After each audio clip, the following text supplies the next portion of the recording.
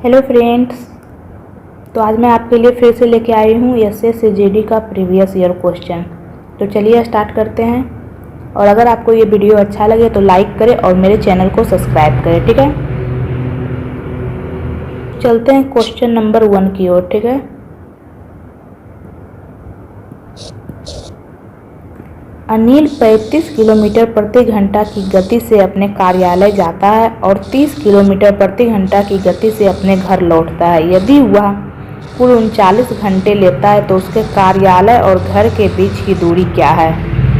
तो दूरी पूछा है, तो दूरी बराबर आप लोग जानते होंगे चाल इंटू समय होता है, ठीक है। दूरी बराबर चाल इंटू समय। तो हम लोग पहले चाल निकाल लेते हैं, ठीक है। 35 किलोमीटर प्रति घंटा और 30 किलोमीटर प्रति घंटा का औसत चाल निकाल लेते हैं, ठीक है। 35 के स्पीड से जा रहा है और 30 के स्पीड से वापस आ रहा है। दूरी सेम है तो औसत चाल क्या होगा, 2 इंटू 35 इंटू 30 बाय 35 प्लस 30। आप लोग जानते होंगे ये हमारा औसत चाल निकल जाएगा। कितना आ जाएगा, 2 इंटू 35 इंटू 30 बाय 65। 5 से कैंसिल हो रहा है तो कितना आ जाएगा, 2 इंटू 12 इंटू 35 बाय 13। तो इसे हम अभी ऐसे ही रहने देंगे, इसे मल्टीप्लाई नहीं करेंगे, ठीक है। तो ये हमारा चाल आ गया और समय दिया है तो दूरी निकाल लेंगे। दूरी बराबर क्या होता है, चाल। चाल कितना आया है और समय 39 घंटे, ये देखिए दिया हुआ है। तो ये हमारा दूरी निकल जाएगा। तो 13 से कैंसिल हो रहा है 3 बार में, 35 इंटू 36 इक्वल टू 1260। तो ये हमारा 1260 कुल दूरी आ गया है, ठीक है। घर से ऑफिस जाने का और ऑफिस से वापस घर आने का कुल दूरी 1260 निकल गया है। लेकिन यहाँ पूछ रहा है उसके कार्यालय और घर के बीच की दूरी क्या है। तो इसे हम 2 से डिवाइड कर देंगे, कितना आ जाएगा, 630। हमारा आंसर हो जाएगा 630, ऑप्शन नंबर डी। तो चलते हैं नेक्स्ट क्वेश्चन की ओर। अगला हमारा क्वेश्चन नंबर 2। सी अकेला एक कार्य को 20 दिनों में करता है। सी कितने दिनों में कर रहा है, 20 दिनों में। डी उसी काम को 30 दिनों में करता है। सी और डी मिलकर उसी कार्य को कितने दिनों में पूरा कर सकते हैं। तो इजी है, इसका एलसीएम निकाल लेंगे। इसका एलसीएम कितना हो जाएगा, 60। 60 में 20 को डिवाइड करेंगे तो इसका इफिशियंसी 3 आ जाएगा और इसका 2, ठीक है। 60 में 30 से डिवाइड करते हैं, ठीक है, तो 2 इफिशियंसी आ जाएगा। तो टोटल काम 60 है, टोटल इफिशियंसी कितना है, 5। क्या पूछ रहा है, सी और डी मिलकर, तो दोनों का इफिशियंसी ऐड कर लेंगे 5। तो कितना आ जाएगा, 12 दिन। 12 दिन में दोनों मिलकर काम को पूरा कर लेंगे, ऑप्शन नंबर बी। तो चलते हैं नेक्स्ट क्वेश्चन की ओर। अगला हमारा क्वेश्चन नंबर 3।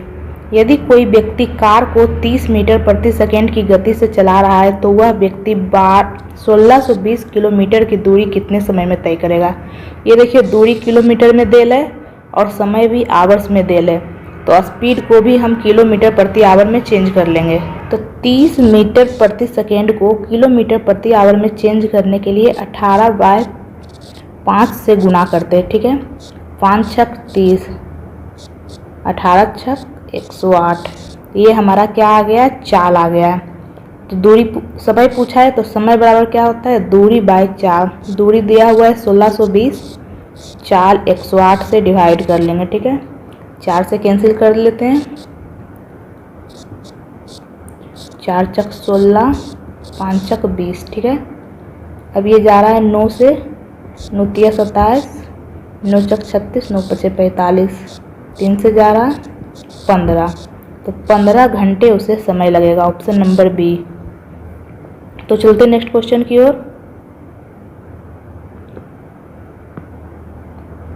अगला है क्वेश्चन नंबर 4।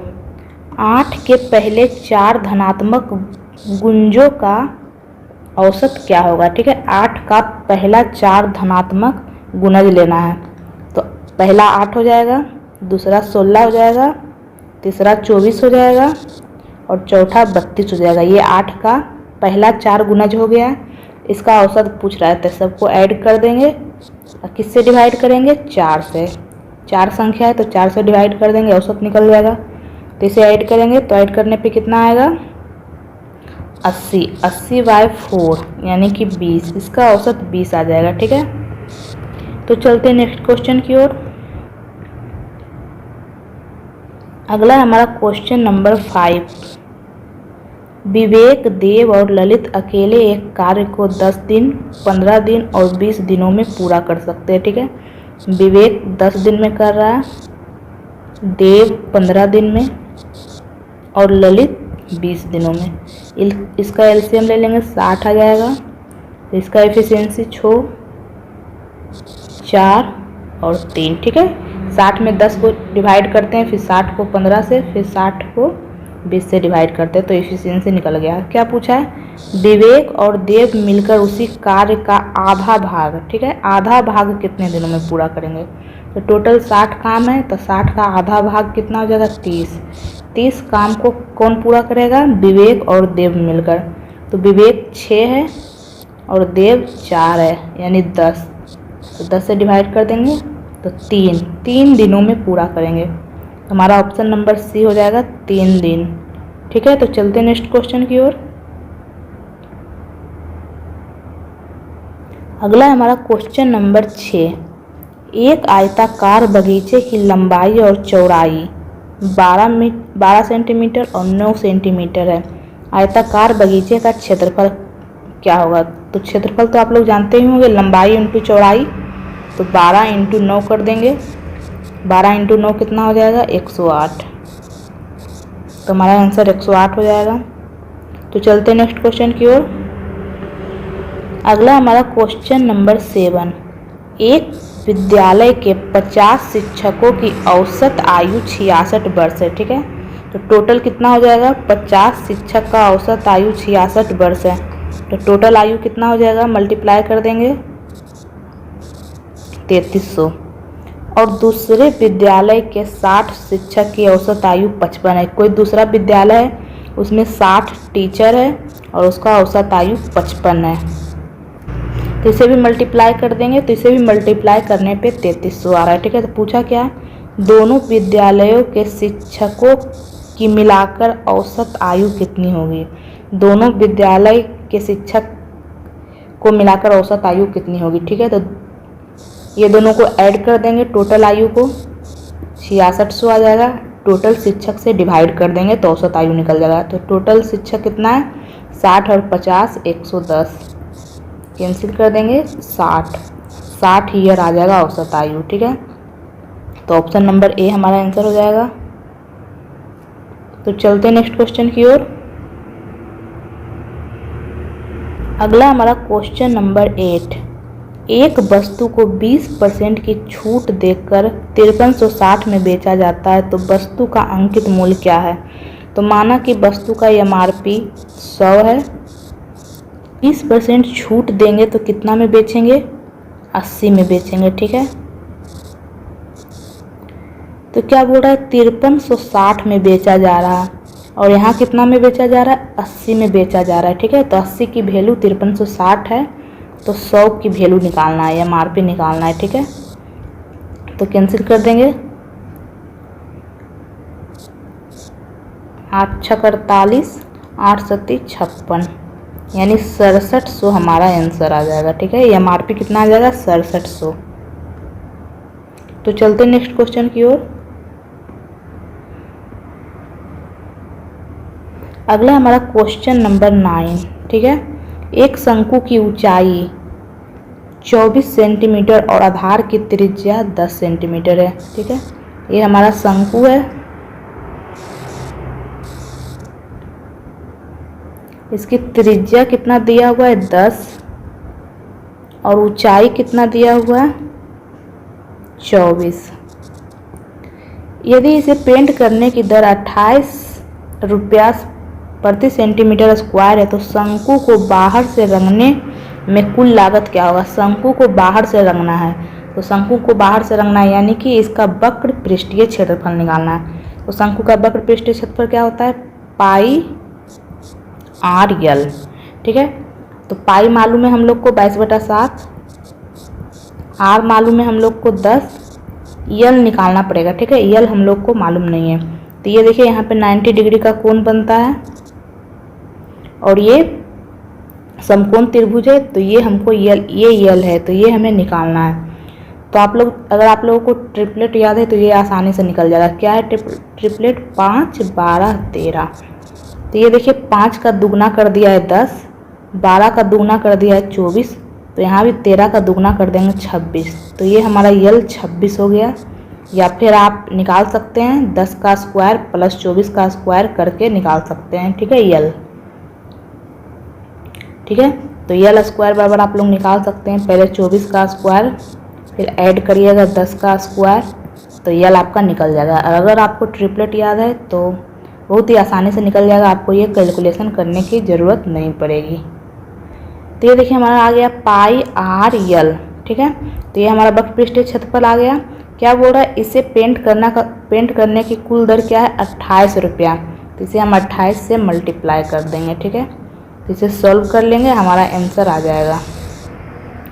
तो कैंसिल कर देते हैं, 7 से 7 चक 28, तो 22 इंटू 26 इंटू 40।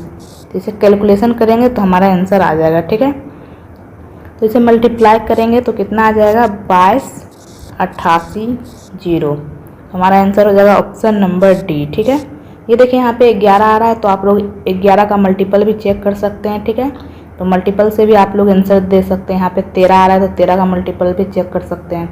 ठीक है, या मल्टीप्लाई कीजिएगा तो 22, 88, 0 आएगा हमारा आंसर, ऑप्शन नंबर डी। तो चलते हैं नेक्स्ट क्वेश्चन की ओर। अगला हमारा क्वेश्चन नंबर 10। दो वस्तु की कीमत क्रमशः, पहला वस्तु का है और दूसरा वस्तु, इसका कीमत का अनुपात 4:3 है।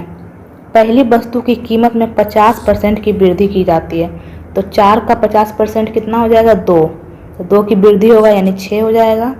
और दूसरी वस्तु की कीमत में 10% की कमी की जाती है, तो 3 का 10% कितना हो जाएगा? 0.3।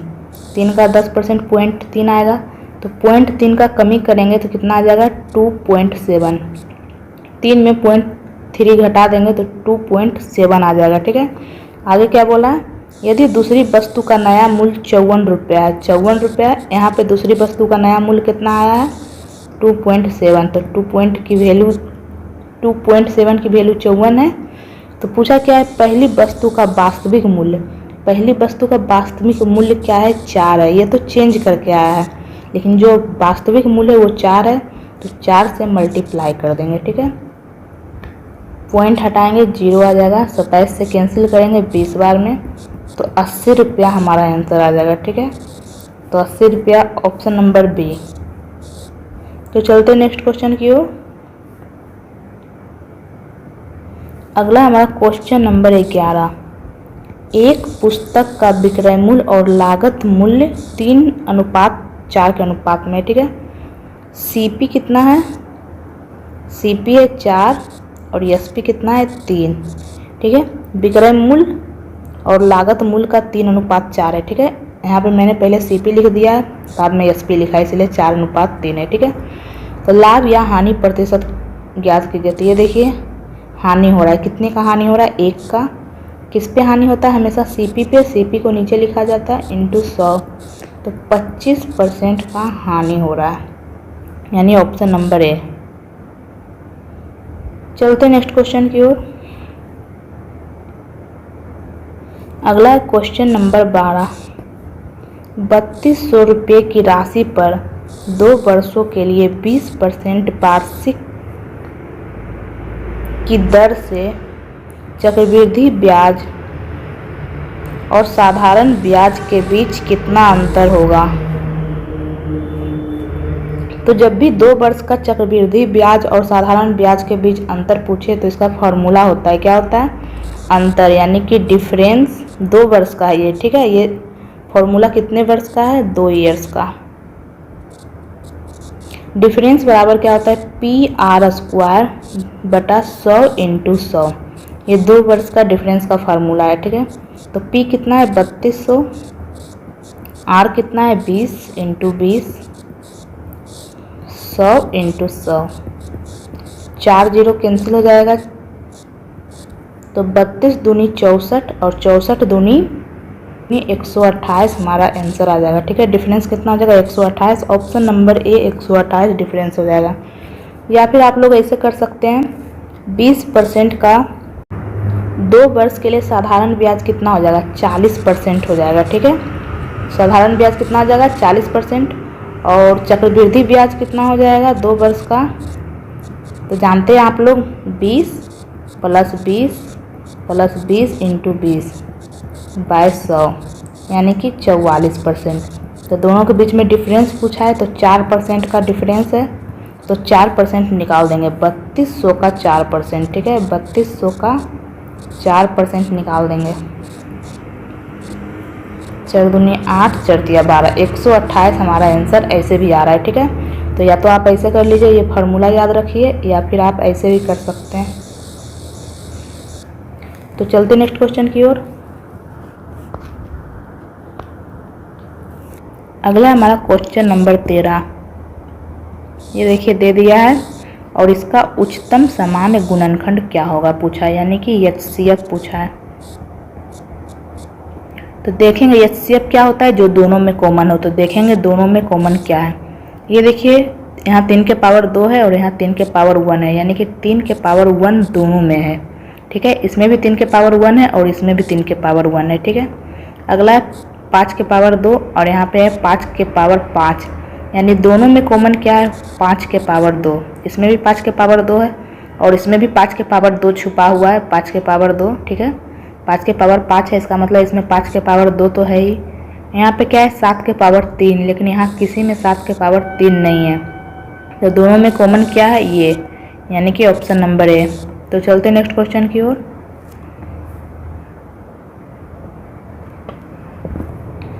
अगला है क्वेश्चन नंबर 14, प्रति वर्ष साधारण ब्याज की दर से एक राशि 15 वर्षों में स्वयं का 14 गुना हो जाती है। ठीक है, तो कितने वर्षों में राशि स्वयं का 92 गुना हो जाएगी। तो ये देखिए यहाँ पे साधारण ब्याज है, ये आपको ध्यान देना है, चक्रवृद्धि ब्याज नहीं है, साधारण ब्याज है। तो इसे हम कैसे सॉल्व करेंगे, क्या बोल रहा है 15 वर्षों में स्वयं का 14 गुना हो गया, यानी कोई राशि 1 थी वह अब 14 हो गई है। कोई राशि 1 थी यानी प्रिंसिपल 1 था, तो अब अमाउंट 14 हो गया है। तो ब्याज कितना प्राप्त हुआ, अगर आपके पास 1 रुपया था, टोटल 14 रुपया हो गया, तो 13 रुपया ब्याज प्राप्त हुआ। ठीक है, तो फॉर्मूला लगा देंगे SI बराबर PRT बाय 100, तो आप लोग जानते होंगे। तो ब्याज कितना प्राप्त हुआ है 13 और प्रिंसिपल कितना 1 और R% निकालना है और टाइम कितना है 15 वर्षों में हो रहा है। ठीक है, तो 15 इंटू 100, 5 से कैंसिल कर देंगे,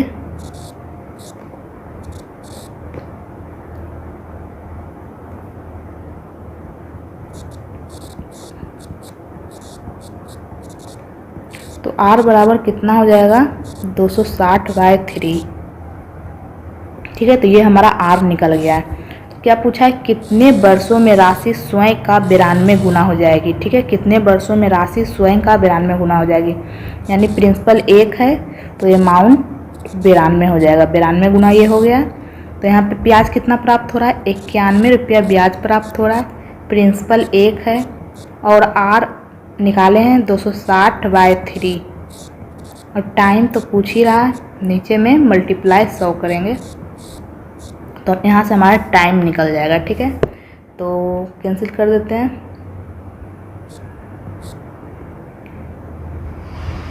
तेरह दूनी 26, 13 सत्ती 91, 2 से 5, 5 तिया 15 इंटू 7 इक्वल टू T, यानी कि 105 वर्ष। कितना टाइम कितना आ गया 105 वर्ष हमारा आंसर हो जाएगा। तो चलते हैं नेक्स्ट क्वेश्चन की ओर। अगला हमारा क्वेश्चन नंबर 15, क्या बोल रहा है B A से 20% अधिक है। B क्या है A से 20% अधिक है। ये देखिए 20% अधिक हो गया है। सी बी से 25% अधिक है, सी जो है बी से 25% अधिक है, यानी कि 120 का 25% निकाल लेंगे, यानी 30 अधिक है, 30 अधिक है यानी कि 150। सी बी से 30 अधिक है यानी 150 है। यदि सी 330 रुपया है, ठीक है, यहाँ पे सी 150 है तो 150 की वैल्यू 330 दिया हुआ है, तो ए का मान क्या होगा, यानी 100 का वैल्यू पूछा है तो 100 का वैल्यू क्या होगा, तो 330 बाय 150 इंटू 100, तो कैंसिल कर लेते हैं, 3 पचे 15, 110, 5 दूनी 10, तो 220 हमारा आंसर आ जाएगा। ठीक है, ए का मान क्या हो जाएगा 220, ऑप्शन नंबर डी। तो चलते हैं नेक्स्ट क्वेश्चन की ओर। अगला हमारा क्वेश्चन नंबर 16, ए अनुपात बी अनुपात सी का मान कितना है, 4:5:6। पूछा क्या है, 1/a अनुपात 1/b अनुपात 1/c का मान, तो 1/4, 5 और 6 इसका मान पूछा है। ठीक है, तो इसका रेशियो निकालेंगे, तो रेशियो को कभी भी बटा में नहीं रखते हैं। ठीक है, तो नीचे हटाने के लिए क्या करना पड़ेगा, 4, 5, 6 का एलसीएम लेना पड़ेगा, तो 4, 5, 6 का एलसीएम कितना होता है 60, तो सबको 60 से मल्टीप्लाई कर लेंगे। ठीक है, सबको क्या करेंगे 60 से मल्टीप्लाई कर देंगे,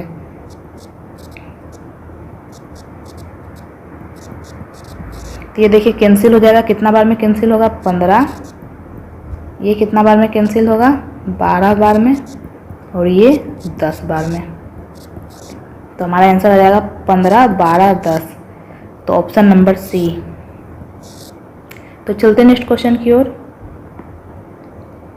अगला हमारा क्वेश्चन नंबर 17। ठीक है,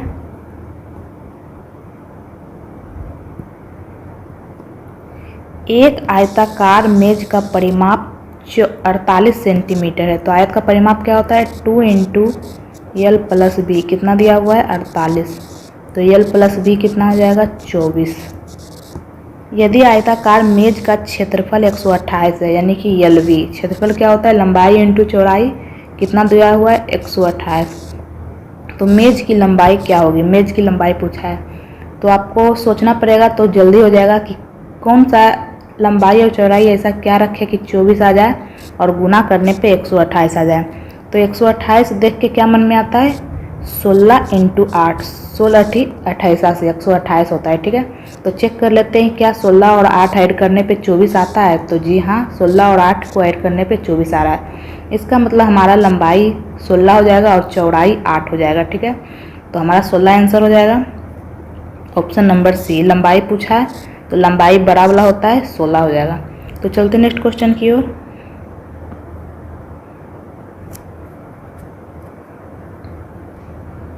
अगला हमारा क्वेश्चन नंबर 18, राहुल ने बाजार से 80 वस्तुएं खरीदी, कितनी वस्तु खरीदी 80 वस्तुएं। ठीक है,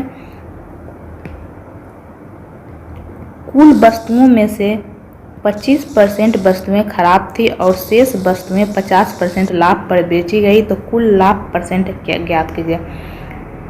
टोटल 80 वस्तुएं खरीदी, माना कि एक वस्तु का कीमत 1 रुपया था, तो 80 वस्तु का कीमत कितना हो जाएगा 80 रुपया। ठीक है, तो वो सामान 80 रुपया में खरीद के लाया। अब क्या हुआ, कुल वस्तु में से 25% तो खराब निकल गए, यानी टोटल 80 वस्तु था उसका 25% निकाल लेंगे,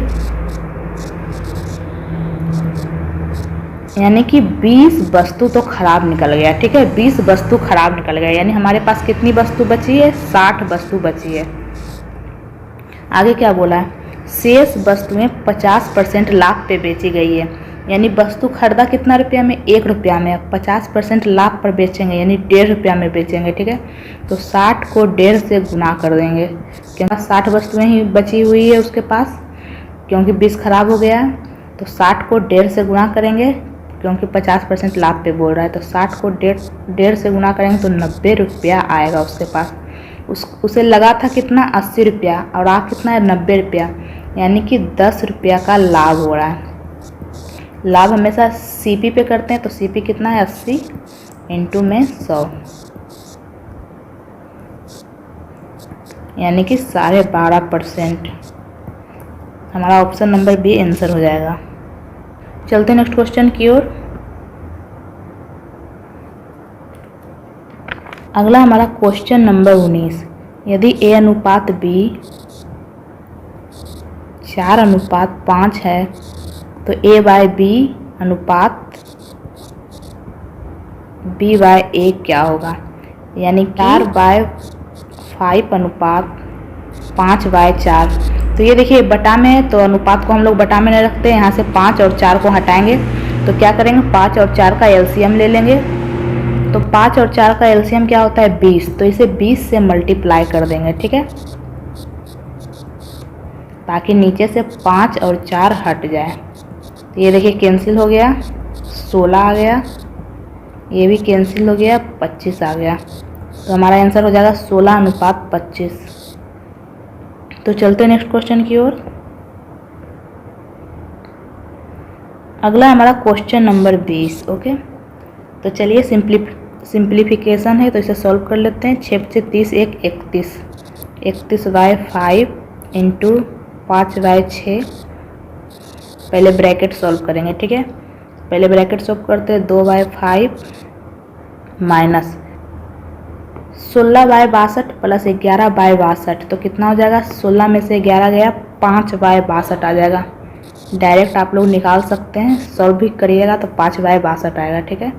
ये देखिए इसका एलसीएम 62 आ जाएगा, ये -16 और प्लस 11 है तो -5 आ जाएगा, ठीक है। तो अब इसे फिर से सॉल्व कर लेते हैं।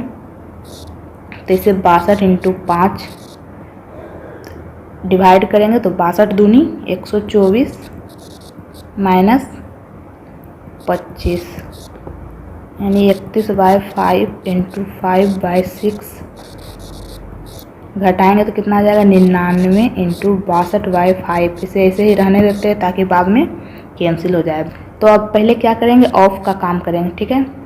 तो 3 दूनी 6, 3 तिया 9, 5 से 5 देखिए कैंसिल हो गया।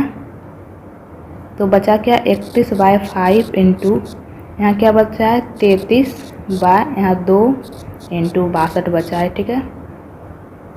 तो ये देखिए 31 से 62 दो बार में कैंसिल हो रहा है तो आ गया 33/5 यानी 33/20 हमारा आंसर ऑप्शन नंबर सी है। तो चलते नेक्स्ट क्वेश्चन की ओर।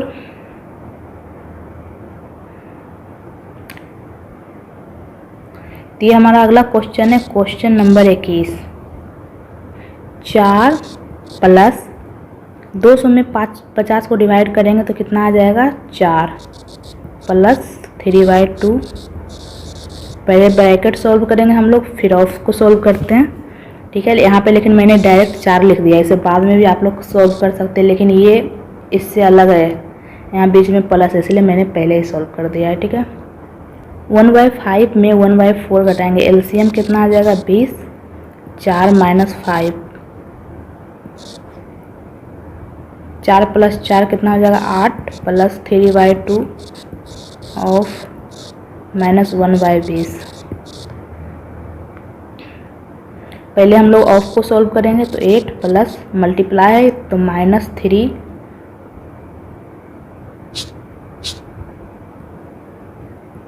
बाय 40। तो इसे सॉल्व करेंगे एलसीएम इसका 40 आ जाएगा, 320 माइनस 3 यानी 317/40 यानी हमारा ऑप्शन नंबर डी आंसर हो जाएगा, ठीक है। तो चलते नेक्स्ट क्वेश्चन की ओर। अगला है क्वेश्चन नंबर 22। क्या पूछा है दिए गए डाटा का बहुलक क्या होगा। तो बहुलक आप लोग जानते ही होंगे, जो सबसे ज़्यादा बार आया है वही हमारा आंसर हो जाएगा, वही हमारा बहुलक होगा, ठीक है। बहुलक क्या होगा जो सबसे ज़्यादा बार आया। तो सबसे ज़्यादा बार ये देखिए 5 रुपया सेविंग एक पीपल कर रहा है, यहाँ 3, यहाँ 4, यहाँ 2, यहाँ 1, 1, 2। तो सबसे ज़्यादा क्या है 4, तो यानी हमारा बहुलक क्या हो जाएगा 20। सबसे ज़्यादा बार क्या आ रहा है 20 रुपया, ठीक है। 20 रुपया 4 आदमी सेव कर रहा है, तो हमारा आंसर ऑप्शन नंबर ए 20 रुपया हो जाएगा। तो चलते नेक्स्ट क्वेश्चन की ओर।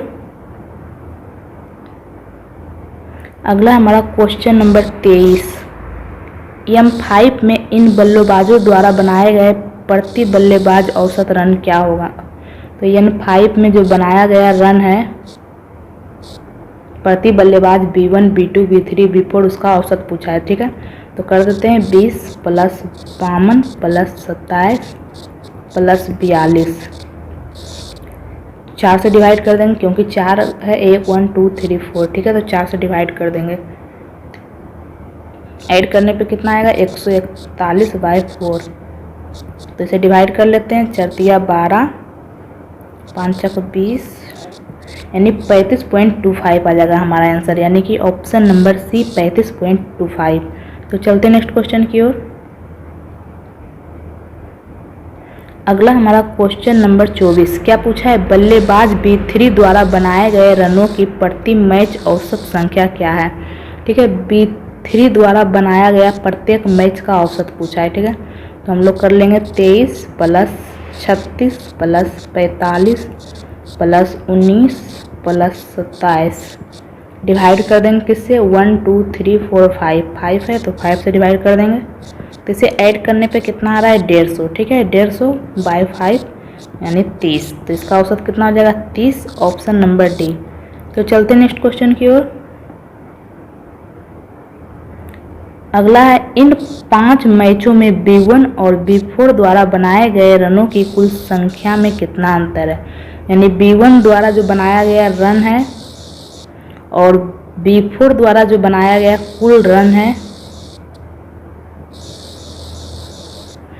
B1 और B4 द्वारा बनाए गए रनों की कुल संख्या में कितना अंतर है, दोनों में कितना का अंतर है, यही निकालना है। तो ये क्वेश्चन आप खुद से सॉल्व कीजिएगा और इसका आंसर कमेंट बॉक्स में कमेंट कीजिएगा। ठीक है, तो ये क्वेश्चन आप लोग बनाइएगा और कमेंट बॉक्स में इसका आंसर दीजिएगा। और अगर आपको ये वीडियो अच्छा लगा है तो लाइक करें और मेरे चैनल को सब्सक्राइब करें। ठीक है।